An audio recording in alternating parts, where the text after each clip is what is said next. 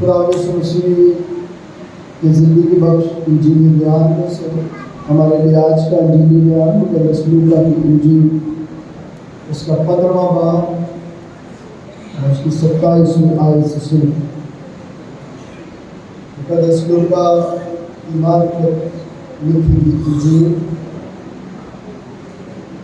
اس کا 15واں باب اور اس کی 27ویں آیت سے سنیں۔ کلام مقدس میں لکھا ہے،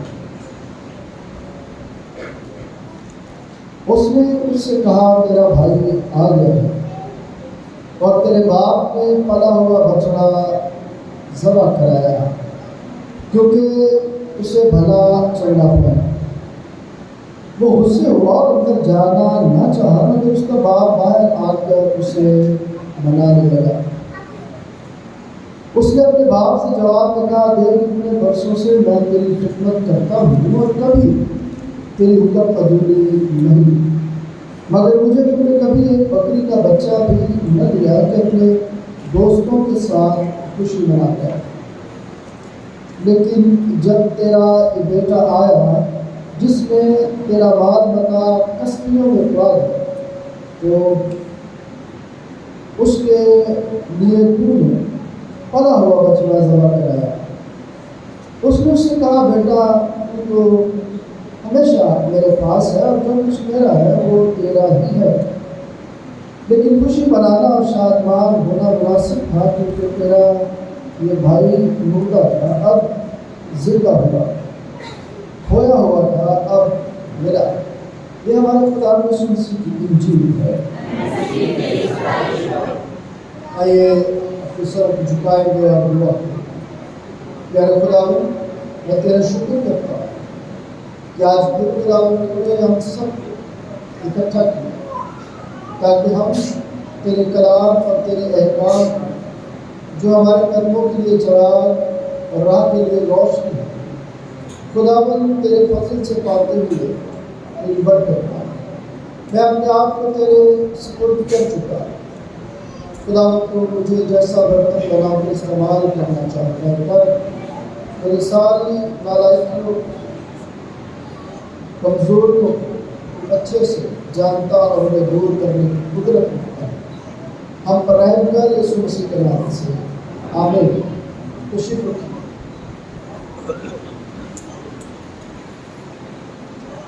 خداوند کا شکر کرتے ہیں کہ خداوند نے آج پھر ہمیں نام لے کر بلایا ہے تاکہ ہم اس کی بارگاہوں میں آ کر اس کے بیش قیمت وقت کے لیے جو خداوند نے ہم کو دیا ہے اس کی شکر گزاری کر سکیں، اس ایمان کے ساتھ کہ ہم ان لوگوں سے ہرگز اچھے نہیں جو خدا کی بارگاہوں سے دور ہے، پر یہ خدا کا خاص فضل ہوا کہ اس نے آج پھر مقدس فتح مند دن میں اپنے سندر اور جلالی چرنوں میں ہم کو عبادت کرنے کا فضل بخشا ہے۔ یہ اسی کی محبت اور اس کا پیار ہے کہ وہ ہماری راہوں کی ساری رکاوٹوں کو دور کرتا ہے اور ہمیں اپنی قربت اور اپنی رفاقت میں جمع کرتا ہے۔ یاد رکھیے، انسان جو بنیادی طور پر کمزور ہے اور اپنے تئیں زوراور بننا چاہتا ہے، اپنی کوششوں میں لگا رہتا ہے۔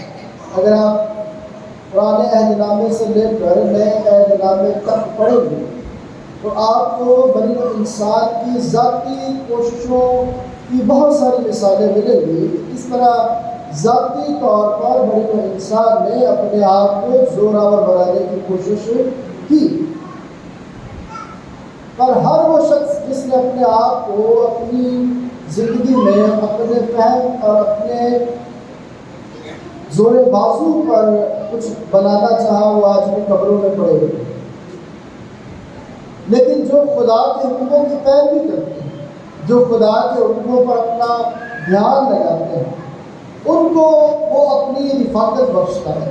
یاد رکھیے گا، اس کی رفاقت ابدی ہے، اس کی رفاقت عارضی نہیں ہے، اس کی رفاقت جو ہے وہ مستقل ہے، اور جو اس میں داخل ہو جاتے ہیں وہ ان کو کبھی بھی نکالتا نہیں۔ اور آج آپ بھی جب اس کی مستقل رفاقت کا حصہ بنے تو اس بات کے لیے خدا کا شکر کرنا چاہیے کہ ہم اس کی حضوری میں اس کے پیار اور اس کے جلالی پروں کے سائے تلے اس کی تجلیل میں جگہ پاتے ہیں۔ آج جب ہم بچے ہوئے ہیں تو اسی بات کو اپنی زندگی میں لے کر آگے چلیں گے کہ خداوند ہم سے جو چاہتا ہے وہ پہلے ہمیں دیتا ہے تاکہ ہم اس کی چاہت میں مگن ہو جائیں، اور جو اس کی چاہت میں مگن ہو جاتے ہیں انہی کے بارے میں وہ اپنے بندے پولوس کے وسیلے سے یہ سکھاتا ہے کہ پس جو مسیح میں ہے وہ نیا مخلوق ہے۔ اگر میں آج کی سندی آیت آپ کے سامنے ان تینوں حوالوں میں سے رکھنا چاہوں تو دوسرا کرنتھیوں 5ویں باب کی یہ 17ویں آیت ہے کہ پس اگر کوئی مسیح میں ہے تو وہ نیا مخلوق ہے، پرانی چیزیں جاتی رہی دیکھو وہ نئی ہو گئی۔ یہ جو تینوں حوالے آپ نے پڑھے اور سنے ہیں، اگر آپ یوشوا کی کتاب میں دیکھیں تو یوشوا کی کتاب میں بھی ایک نئے آغاز کی بات کی گئی کہ من کب موقوف ہوا جب انہیں نئی پیداوار ملک کنعان کی کھانے کا خدا نے موقع دیا، بے خمیری روٹی کھانے کا خدا نے ان کو فضل بخشا اور ایک نئے آغاز کو کہ ان سے ان کی ملامت جو ہے وہ کیا کر دی، دور کر دی، اور انہیں ایک نئے آغاز کو آگے بڑھانے کا وسیلہ بنایا۔ جب ہم انجیل جلیل جو لوکا کی معرفت لکھی گئی اور آپ نے اس سے سنا تو وہاں پر بھی مصرف بیٹے کی زندگی کے ایک نئے آغاز کی جو ہے وہ ہمیں تعلیم ملتی ہے کہ کھویا ہوا تھا مل گیا ہے، مر گیا تھا زندہ ہو گیا، مردہ تھا۔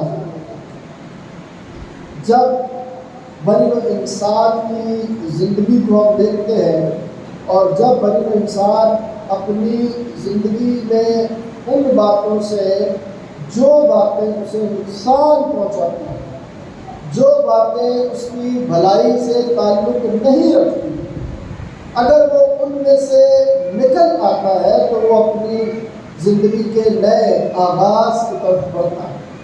اور یہ نیا آغاز جو ہے یہ خدا کی حضوری میں تینوں حوالے ہمیں سکھاتے ہیں کہ یہ تینوں حوالے جو ہے وہ انسان کی اپنی ذاتی کوشش پر مبنی نہیں، بلکہ یہ خدا کے فضل کے وسیلے سے ہے کہ خدا اپنا فضل کرتا ہے اپنے لوگوں پر اور ان کی پرانی زندگی سے انہیں چھٹکارا دے کر ایک نئی زندگی میں آگے بڑھنے کا فضل بخشتا ہے۔ اور جب ہم نے کرنتھس کی کلیسیا میں سے حوالہ سنا تو یہ ہمیں بتاتا ہے کہ حقیقی جو پائیداری ہے، حقیقی جو تبدیلی ہے وہ صرف یسوع مسیح میں ممکن ہے، وہ ہماری اپنی کوششوں کے وسیلے سے نہیں ہے، کیونکہ ہم نے یہی پڑھا ہے کہ جو کوئی مسیح میں ہے وہ نیا مخلوق ہے۔ جو کوئی مسیح میں نیا بننا چاہتا ہے وہ اس کو قبول کرے۔ اگر ہم اپنی زندگی میں صرف یہ سمجھیں کہ مسیح کے پیروکار ہیں اور نیا مخلوق بن گئے ہیں تو شاید یہ اتنا پائیدار نظریہ ہماری زندگی میں نہ ہو جب تک ہم اس پر عمل جو ہے وہ نہ کریں۔ تو چونکہ آج کی مرکزی آیت کرنتھس کی کلیسیا کے حوالے سے دی گئی ہے تو میں یہ بتانا چاہتا ہوں کہ یہ خط جب لکھا گیا ہے تو حالات کو مد نظر رکھ کر لکھا گیا ہے۔ یہ جو نصیحتیں خطوط میں کی گئی ہیں ان نصیحتوں کے پیچھے کچھ وجوہات، جن وجوہات کی بنا پر یہ خطوط تحریر کیے گئے تاکہ جو وجوہات ہمیں خدا کی قربت سے دور لے جاتی ہیں ہم ان کو اپنی زندگی سے کیا کر دیں، دور کر دیں، تاکہ ہم خدا کی قربت اور نزدیکی میں رہ کر اس کے نام کی عزت اور جلال جو ہے وہ دیتے چلے جائیں۔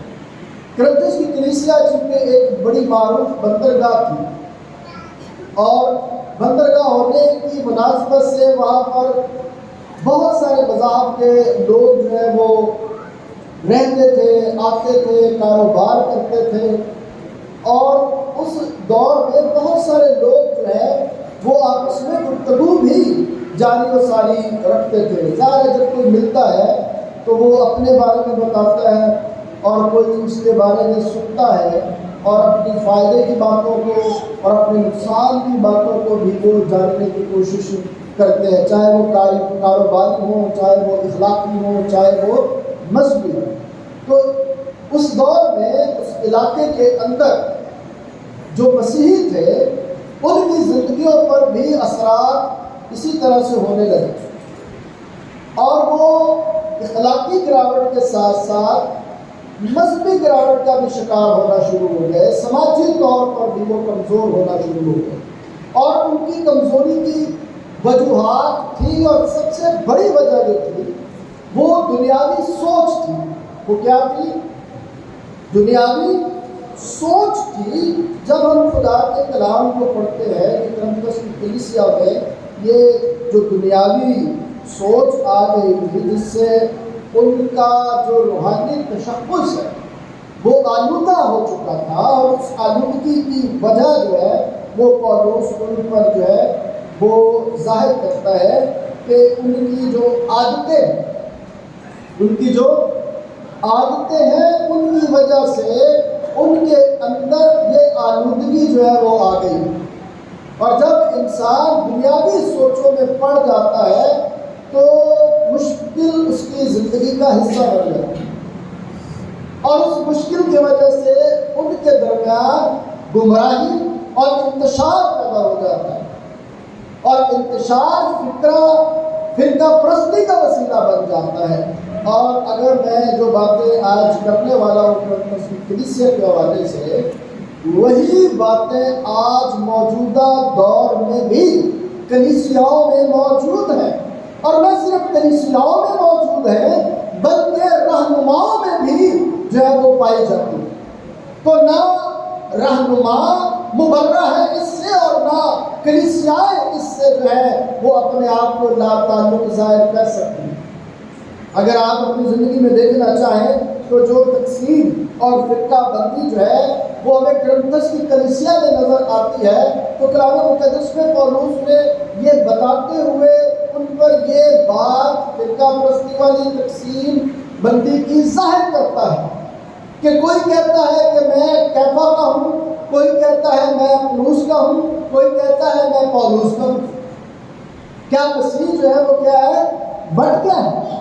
آج آپ اپنی زندگی میں دور مت جائیں، آج آپ صرف اپنے محلے میں دیکھیں کہ جو چیزیں کرنتھس کی کلیسیا میں پائی جاتی تھی، فرقہ پایا جاتا تھا اور گمراہی پائی جاتی تھی، اور یہ بات کہ کوئی کسی کے ساتھ جڑا ہوا ہے، کوئی کسی کے ساتھ جڑا ہوا ہے، کیا آج نہیں ہے وہ؟ کیا آج ہماری زندگیوں میں وہ حالات نہیں ہیں؟ دیکھیے پولس خبردار کرتا ہے، کیونکہ اس وقت کے لوگ جو ہے وہ اپنی پاکیزگی کا خیال نہیں رکھتے تھے، اپنی اخلاقی زندگی کا خیال نہیں رکھتے تھے، اپنی زبان پر قابو نہیں رکھتے تھے، بلکہ جو بولتے تھے وہ سمجھتے تھے کہ ہم عاقل ہے، اور جو ہم بول رہے ہیں وہ سب سے زیادہ درست ہے۔ اخلاقی طور پر ناپاکی، بت پرستی، زناکاری، چوری، یہ جتنے حکم دیوار پر آپ کو آویزہ نظر آتے ہیں ان میں وہ سب جو ہے وہ جڑے ہوئے تھے۔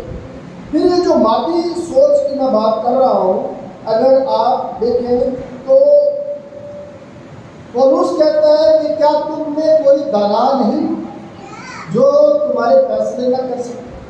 تم کیوں غیروں کے پاس جاتے ہو؟ تم کیوں اپنے فیصلے دوسروں کے پاس لے کر جاتے ہو؟ کیا آج ایسا نہیں ہے؟ کیا آج ہم ایسا نہیں کرتے کہ ہم اپنی مادی سوچ کے وسیلے سے انسان پرستی کی طرف چلے جاتے ہیں اور انسانوں کی پرستش کرنا شروع کر دیتے ہیں۔ اور بعض اوقات لوگ جب کرنتھس کی کلیسیا کو آپ پڑھتے ہیں تو کرنتھس کی کلیسیا جو ہے وہ بہت ساری باتوں پر گھمنڈ کرتی تھی، مغرور ہو چکی تھی۔ پولس اسی لیے خطوط میں یہ سکھاتا ہے کہ نیتیں تو طرح طرح کی ہے لیکن روح ایک ہے۔ کسی کو اس نے اگر استاد بنایا ہے تو یہ اس کا جو ہے وہ کام ہے، میرا اور آپ کا کام ہے۔ کوئی مبشر ہے، کوئی کاہن ہے، کوئی شفا دینے والا ہے، کوئی منادی کرنے والا ہے، کوئی رسول ہے۔ یہ سب کچھ خدا کے فضل سے ہے۔ اب ہم نے اس زمانے میں کیا تھا، جیسے میں نے کہا کہ سب نے انسان کو فوقیت دینا شروع کر دی۔ کوئی کہتا ہے میں کیفا کا ہوں، پطرس کا ہوں، کوئی کہتا ہے میں پولس کا ہوں، پولس کا ہوں۔ تو انہوں نے اپنے آپ کو وہاں اس دور میں شخصیت کے ساتھ جو ہے وہ کیا کر لیا ہوا تھا، جوڑ رکھا تھا۔ کیا آج ایسا نہیں؟ کیا آج بھی ہم نے شخصیت پرستی کے ساتھ اپنے آپ کو جوڑا ہوا نہیں ہے کہ میں اس کا ہوں، میں اس کا ہوں، میں اس کا ہوں؟ اگر آج بھی وہی طریقہ کار ہماری زندگیوں میں ہے اور آج بھی کلیسیا جو ہے وہ فرقہ بندی اور مسیحی رہنماؤں کی اندھی پیروی کر رہی ہے، خدا کے بجائے رہنماؤں کی پیروی کر رہی ہے، اخلاقی کمزوریوں میں مگن ہے اور اپنی طاقت، اپنی دولت پر بھروسہ کرتے ہوئے کلیسیا میں محبت کے بجائے نفرت پھیلا رہی ہے۔ اس دور میں کیا تھا، اگر آپ کرنتھس کی کلیسیا میں جو خطوط لکھے گئے ان کو پڑھیں تو 11واں باب پہلا کرنتھیوں کے باب پڑھتے ہیں تو وہاں پر اس بات کا ذکر کیا گیا کہ تم اکٹھے تو ہوتے ہو اپنا اپنا عشاء لے کر، اپنا اپنا کھانا لے کر، لیکن تم میں سے بعض پہلے اپنا عشاء کھا لیتے ہیں۔ اگر آپ سیر کو دیکھیں گے تو کچھ مفسرین اس بات کا ذکر کرتے ہیں کہ اپنے آپ کو اعلیٰ بیان کرنے کے لیے جو وہ اپنا کھانا لا کر رکھتے تھے تو وہ دوسروں کو دکھاتے تھے کہ دیکھو میں کتنا مہنگا کھانا کھا رہا ہوں، لیکن اس میں کسی کو شریک نہیں کرتے۔ تو پولس کہتا ہے کہ اس سے بہتر ہے کہ تم اپنا کھانا اپنے گھر میں ہی کھا کر یہاں پر آیا کرو۔ جب ہم اس سارے منظر نامے کو دیکھتے ہیں تو پھر پولس کہتا ہے کہ یہ جو چیزیں تمہارے سامنے ہیں یہ تمہیں ثابت نہیں کرے گی کہ تم نیا مخلوق، یہ تمہیں ثابت نہیں کرے گی کہ تم نیا مخلوق ہونے کے لیے کیا کہا، بس اگر کوئی مسیح میں ہے، اگر کوئی مسیح میں ہے تو وہ کیا ہے، وہ نیا مخلوق ہے، نئی تخلیق ہے۔ نئی تخلیق کا کیا مطلب ہے؟ جب یہ کہا گیا کہ وہ نیا ہے، کیا ہے؟ وہ نیا ہے، نئی تخلیق ہے۔ کلام مقدس سے بہت ساری آپ کو ایسی مثالیں ملیں گی کہ جب ہم نئی تخلیق کو سمجھ سکتے ہیں۔ دیکھیے جب آپ کلام کو پڑھتے ہیں، کلام کے اندر نئی تخلیق کا ذکر کیا گیا ہے، تو نئی تخلیق کو اگر پانا ہے تو پولس کیا کہتا ہے، ویسا ہی مزاج رکھو جیسا مسیح یسوع کا بھی تھا۔ تو اس مزاج کے اندر جو ہے وہ پرانی انسانیت نہیں ہے بلکہ نئی انسانیت ہے۔ پرانا انسان کیا سوچتا ہے وہ آج بھی پرانا ہی رہے گا۔ پرانا انسان کیا سوچتا ہے؟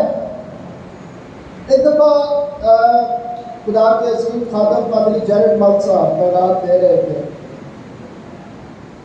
سلیمان بادشاہ کے پہلے انصاف کو مد نظر رکھتے ہوئے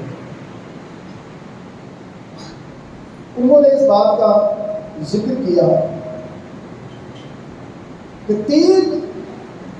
تین سوچیں جو ہیں وہ آج بھی ایگزسٹ کرتی ہیں۔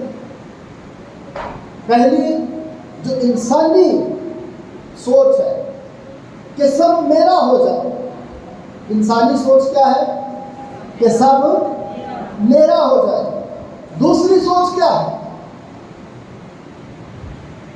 ذرا دھیان سے سنیے گا کہ سب کیا ہو جائے، دوسری سوچ کیا ہے؟ میرا نہیں تو تیرا بھی نہیں. دوسری سوچ کیا ہے؟ تیرا بھی نہیں. اور تیسری سوچ کیا ہے؟ جو میرا ہے وہ تیرا ہے. بات سمجھ میں آئی ہے؟ پہلی سوچ کیا تھی؟ بولیے. سب. اور دوسری تیرا بھی نہیں. اور تیسری جو میرا ہے وہ تیرا ہے. یہ نئی سوچ ہے. پہلی سوچ انسانی، دوسری ابلیسی، اور تیسری مسیح. جو مسیح میں ہے وہ یہ کہتا ہے کہ جو میرا ہے وہ بھی تیرا ہے. دوسرے بیٹے کا بھائی جو ہے وہ اس حقیقت کو نہ سمجھ سکا، لیکن اس کا باپ جانتا ہے. پہلے آپ اس کے باپ کی طرح تھوڑی سی کردار نگاری پر غور کریں تو آپ کو بڑی اچھی باتیں سیکھنے کو ملے گی کہ وہ اس کو بھی خود ملنے کے لیے گیا ہے تو سب اجاڑ کے آیا ہے. اور پھر دوسرے بڑے بیٹے کو بھی وہ خود مخاطب کرتا ہے، خود اس سے ملتا ہے، جو اندر آنا نہیں. دونوں سے وہ خود ملنے کے لیے گیا ہے. یہ ہے وہ سوچ جو ہمیں نیا بنا دیتی ہے. لیکن اجاڑ دینے والی سوچ جو ہے وہ نیا کبھی بھی نہیں بناتی. کلام مقدس میں جب ہم اس بات کو کسی مثال کے ساتھ سمجھنا چاہتے ہیں کہ جو ہماری فطرت ہے، جب ہم خدا کو اپنا نجات دہندہ قبول کرتے ہیں تو پھر وہ کیسے بدل جاتی ہے. پھر آپ دیکھیے، میں آپ کے سامنے دو چھوٹی چھوٹی مثالیں رکھوں گا تاکہ آپ سمجھ پائیں کہ مسیح میں نیا بننے کا، نئی تخلیق ہو جانے کا مطلب کیا ہے. زکئی ایک چھوٹے قد کا محصول لینے والا شخص جس کے اندر یہ چاہ پیدا ہوئی کہ میں یسوع کو دیکھ سکوں، اور بھیڑ کے سبب سے اور اپنے قد چھوٹا ہونے کی وجہ سے وہ اسے دیکھ نہیں سکتا، جو اس کی پرانی انسانیت کا اظہار کر رہی ہے. لیکن اس نے اپنے آپ کو اپنے کہیں بڑا بنا کر یسوع کو دیکھنے کے لیے درخت پر چڑھ کر کوشش کی. لیکن یسوع مسیح نے کیا کہا کہ تو نیچے اتر آ، کیونکہ مجھے آج، کیونکہ تیرے گھر میں آج کیا آئی ہے؟ نجات آئی ہے. اب دیکھیں تبدیلی کیسے آ رہی ہے. وہ شخص جب اقرار کرتا ہے کہ میں نے اگر کسی سے ناحق لیا ہے تو اسے کیا کروں گا؟ 4 گنا ادا کروں گا. یہ اگر آپ پرانا اہدنامہ شریعت کی کتابیں پڑھیں تو وہاں پر آپ کو ملے گا کہ اگر ناحق کوئی کرتا ہے تو اس کو کتنا بھرنا پڑتا ہے. وہ کہتے ہیں اگر میں نے لیا ہے کسی سے تو اس کو 2 گنا، اگر کسی سے ناحق لیا تو اس کو 4 گنا ادا کرتا ہے. یہ تبدیلی کی بات ہے. وہ جو پہلے سوچتا ہے کہ سب کیا ہے؟ میرا، اور اسی کو کنٹرول کرنا چاہتا ہے. لیکن اب وہ کہہ رہا ہے کہ جو میرا ہے وہ تیرا ہے.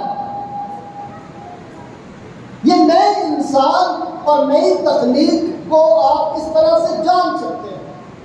اگر آپ کی زندگی میں کوئی آپ سے کہتا ہے کہ میں نیا مخلوق بن گیا ہوں تو اس کا کردار اگر لفظی صرف ہے اور اس کا عملی کردار اس میں نہیں ہے تو وہ پرانے سے بھی کیا ہو جائے گا؟ پھر بدتر ہو جائے گا. کیوں؟ کیونکہ اس سے پہلے جانکاری نہ تھی، لیکن جب اسے علم ہو گیا اور پھر اس پر عمل نہ کیا تو وہ 2 گنا سزا کے لائق ٹھہرے. ہماری زندگیوں میں جب ہم پولوس کی بات کرتے ہیں تو پولوس جو مسیحیوں کا دشمن تھا، ان کو مارتا تھا، ان کو قتل کرتا تھا، لیکن اب وہ مسیح میں سب کا کیا بن گیا؟ خادم بن گیا. اب وہ بچانے کی بات کرتا ہے، وہ اپنے آپ کو دینے کی بات کرتا ہے.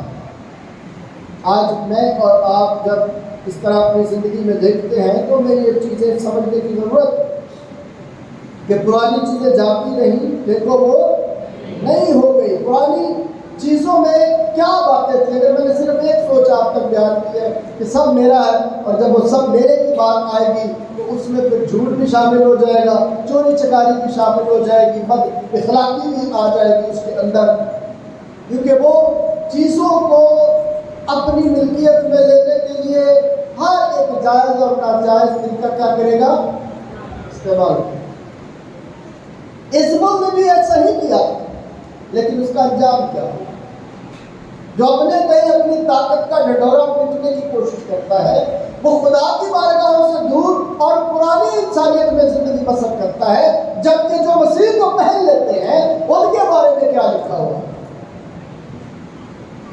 پولس کہتا ہے کہ میں زندہ نہ رہا بلکہ مسیح مجھ میں زندہ ہے۔ کلام مقدس کو جب آپ پڑھتے ہیں رومیو خط اس کا 6 باب 6 آیت، تو وہاں پر اس بات کا ذکر کیا گیا ہے کہ ہماری پرانی انسانیت تھی وہ خدا یسوع مسیح نے صلیب پر کیا کر دی تھی؟ اتار ڈالی تھی، اور ہمیں نیا جامہ جو ہے وہ عطا کیا تھا۔ آج اگر میں اور آپ اپنی پرانی انسانیت کو جو ہے وہ ابھی تک اپنے ساتھ لے کر چل رہے ہیں، تو اس کا مطلب یہ ہے کہ ابھی تک ہم صلیب کے پیغام سے نا واقف ہیں۔ اگر ہم نے پرانی انسانیت جو ہے وہ قبضہ کر کے بیٹھی ہوئی ہے، تو ابھی تک ہم نے خدا یسوع مسیح کو قبول نہیں کیا۔ غلطیوں کا 2 باب 20 آیت پڑھیں گے تو پولس نے اسی بات کا ذکر کیا تھا کہ میں تو ختم ہو گیا ہوں۔ جس دن میری آنکھوں سے چھلکے گرے اسی دن پولس ختم ہو چکا، وہ ختم اور پولس آ گیا۔ آسمانی شہری نے جنم لے لیا، ابھی تو اس کی ساری خصلت جو ہے، فطرت جو ہے وہ کیا ہو چکی تھی؟ بدل چکی تھی، اور وہ بڑے دعوے سے بات کرتا ہے کہ میری مانند بنو کیونکہ میں مسیح کی مانند ہوں۔ نیا بننے کی بات، نئے آغاز کی بات جب ہم کرتے ہیں تو خدا ہمیں یہ بتاتا ہے، اگر آپ حزقیل کی کتاب پڑھتے ہیں 36 باب 36 آیت، تو وہ آپ کے اندر نیا دل پیدا کر دیتا ہے، نئی خواہش جگا دیتا ہے۔ اور رومیو کا خط 8 باب 15 آیت پڑھتے ہیں تو آپ کا جو تعلق ہے، پرانی زندگی کا تعلق کس کے ساتھ ہے؟ ابلیس کے ساتھ ہے، اور نئی زندگی کا تعلق کس کے ساتھ ہے؟ یسوع مسیح کے ساتھ ہے۔ تو وہ آپ کو اس کا قریبی بنا دیتا ہے، اس کی رفاقت میں، اس کی شراکت میں جو ہے وہ آپ کو قائم کر دیتا ہے۔ یوحنا کی انجیل 14 باب 26 آیت پڑھے تو آپ جو نئے بن جاتے ہیں اس کے لیے ایک مددگار وہ بھیجتا ہے، یعنی روح القدس، جو آپ کی کیا کرتا ہے؟ رہنمائی کرتا ہے۔ اور جو نئے بن جاتے ہیں ان کے بارے میں یہ کہتا ہے کہ تمہارا دل اس کا کیا بن جاتا ہے؟ مقدس بن جاتا ہے۔ پھر اس مقدس میں پرانی زندگی کا کوئی بھی جو ہے وہ کام نہیں ہونا چاہیے۔ کیا ہونا چاہیے؟ نئی زندگی کیا کہتی ہے؟ نئی تخلیق کیا کہتی ہے؟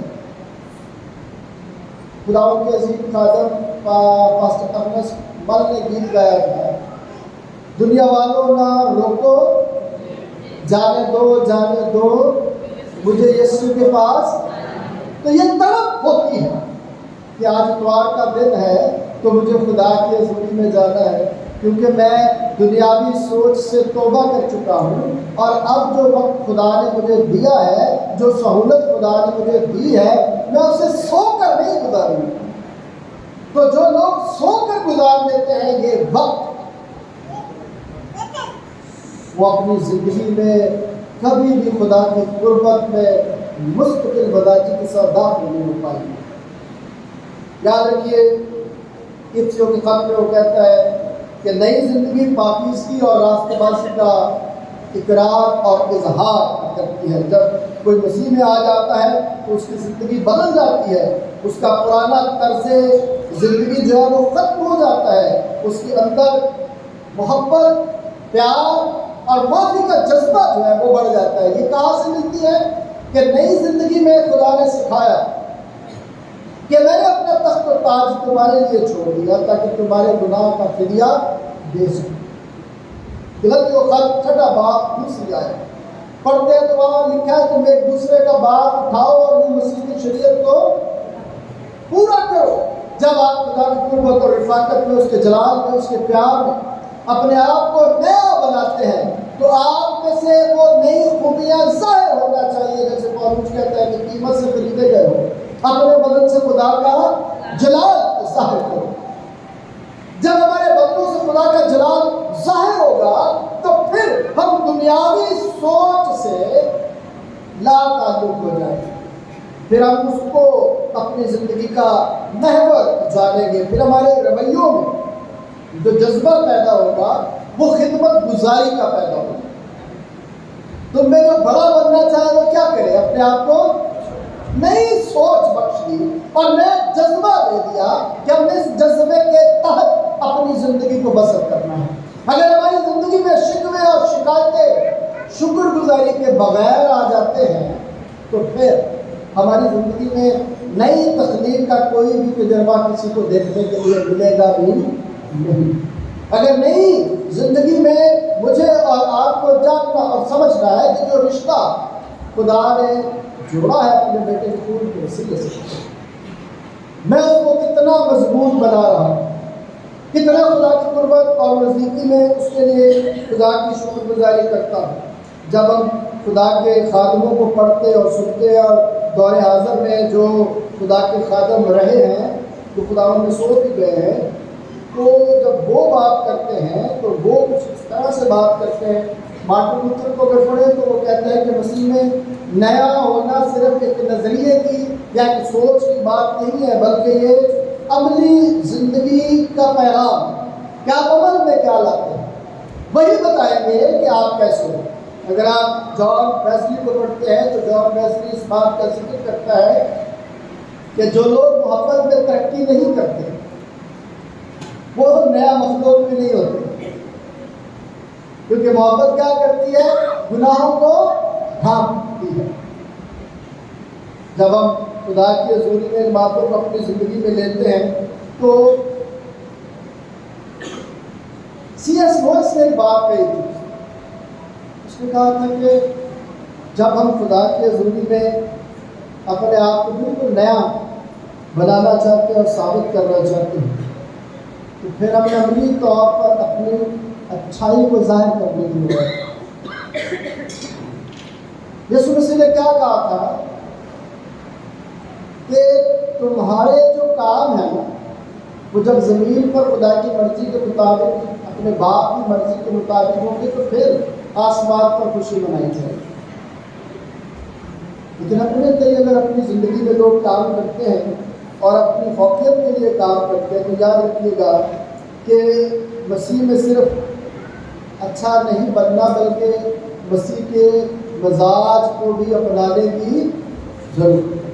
آج جب ہم نتیجتاً بات کریں کہ آج جب ہم بات کر رہے تھے نئے آغاز کی، نئی تخلیق کی، نئے مخلوق کی، تو یہ پیغام ہمیں یہ یاد دلاتا ہے کہ زندگی کے ہر پہلو میں، چاہے آپ خدا کی حضوری میں ہوں، چاہے آپ دنیاوی کاموں میں ہوں، اپنے کام کاج کاروبار میں ہوں، اپنے گھر میں ہوں، آپ کی زندگی سے ایک نیا پن چھلکنا چاہیے۔ ایسا والا نیا پن نہیں کہ جس میں نئی نئی گالیاں جو بچے تخلیق کر کے سنیں، بلکہ ایسا نیا پن جہاں پر بچے، جہاں پر بڑے، جہاں پر بزرگ خدا کے نام کو عزت اور جلال، جو وقت خدا نے انہیں دیا ہے وہ اپنی عیش و عشرت کے لیے نہیں بلکہ خدا کی گواہی کے لیے بسر کرے، تو لوگ جانیں گے کہ مسیح میں یہ نیا مخلوق ہے۔ میں ان لوگوں کی حوصلہ افزائی کرنا چاہتا ہوں جو خدا کی حضوری میں اپنی بائبل اٹھاتے ہیں، اپنی بائبل کو اپنی بغل میں لیتے ہیں اور آتے ہیں، اور راستے میں بہت سارے لوگ جب یہ بات کرتے ہیں کہ یہ بڑا نمازی ہو گیا ہے، میں کہتا ہوں کہ یہ بات ان کے لیے بڑی فخر کی بات ہے، کیونکہ جو یہ کر رہا ہے، جو یہ کہہ رہا ہے، وہ اس کے نئے پن کی گواہی دے رہا ہے کہ اب یہ نیا بن گیا ہے، اب یہ خدا کی حضوری میں جانا شروع ہو گیا ہے، اب یہ اس نے بائبل اب اپنی جو ہے وہ اٹھا لیا ہے۔ تو جب ہم خدا کی حضوری میں آتے ہیں اور پیچھے لوگ یہ بات کرتے ہیں تو کلام یہ کہتا ہے کہ خوشی منانا اور شادمان ہونا، کیونکہ تم نئے بن چکے ہیں۔ کیا آپ چاہتے ہیں کہ آپ نئے بن جائیں، آج نیا آغاز کریں؟ کیا آپ چاہتے ہیں کہ آپ کا خاندان جو ہے وہ خدا کی قربت میں اور رفاقت میں رہے؟ تو جب یوشوا نے مودا ملک میں قدم رکھا تو پھر یہ کہا کہ اب رہی میری اور میرے گھرانے کی بات، میں تو خدا کو خدا رہی ہوں. تو یہ نیا بننے والی باتیں ہیں کہ ہم اپنی پرانی غلامانہ زندگی کی جو ہے وہ بات نہیں اب کریں گے. ہم نئے آغاز کی بات کریں گے، ہم نئی تخلیق کی بات کریں گے. خدا نے جو غلامی سے نکالا، مصر کی غلامی سے اگرچہ بنی اسرائیل کو نکالا، تو گناہ کی غلامی سے بھی انہیں نکالا. آج ہمیں بھی خدا گناہ کی غلامی سے نکال کر نیا آغاز دیتا ہے. اگر آج ہم اپنے آپ کو خدا کے حوالے کر دیں. مصرف بیٹے نے اس بات کا اقرار کیا اور اپنے باپ کی محبت اور شفقت کو یاد کیا کہ وہاں پر میرا باپ کیا کرتا اور میں کس قسم کی زندگی بسر کر رہا ہوں، تو وہ اپنے باپ کی طرف لوٹا اور باپ نے اس کے نئے آغاز کے لیے اپنے آپ کو پھر پیش کر دیا. آپ کو بھی جب آپ لوٹ کر آئیں گے تو خدا موجود ہے. وہ آپ کو نئے کپڑے پہنانے کے لیے، آپ کے لیے ضیافت کرنے کے لیے تیار بیٹھا ہو. وہ آگے بڑھ کر آپ کو بچانا چاہتا ہے. اگر آج آپ تیار ہیں تو آئیے اپنے سروں کو دکھائیں. خداوند مجھے طاقت دے، مجھے ہمت دے. میں تیرے پاس آیا ہوں، میں تیرے پاس آئی ہوں. میں سب کچھ جو تو نے مجھے دیا، میں نے اس کا اچھا استعمال نہیں کیا.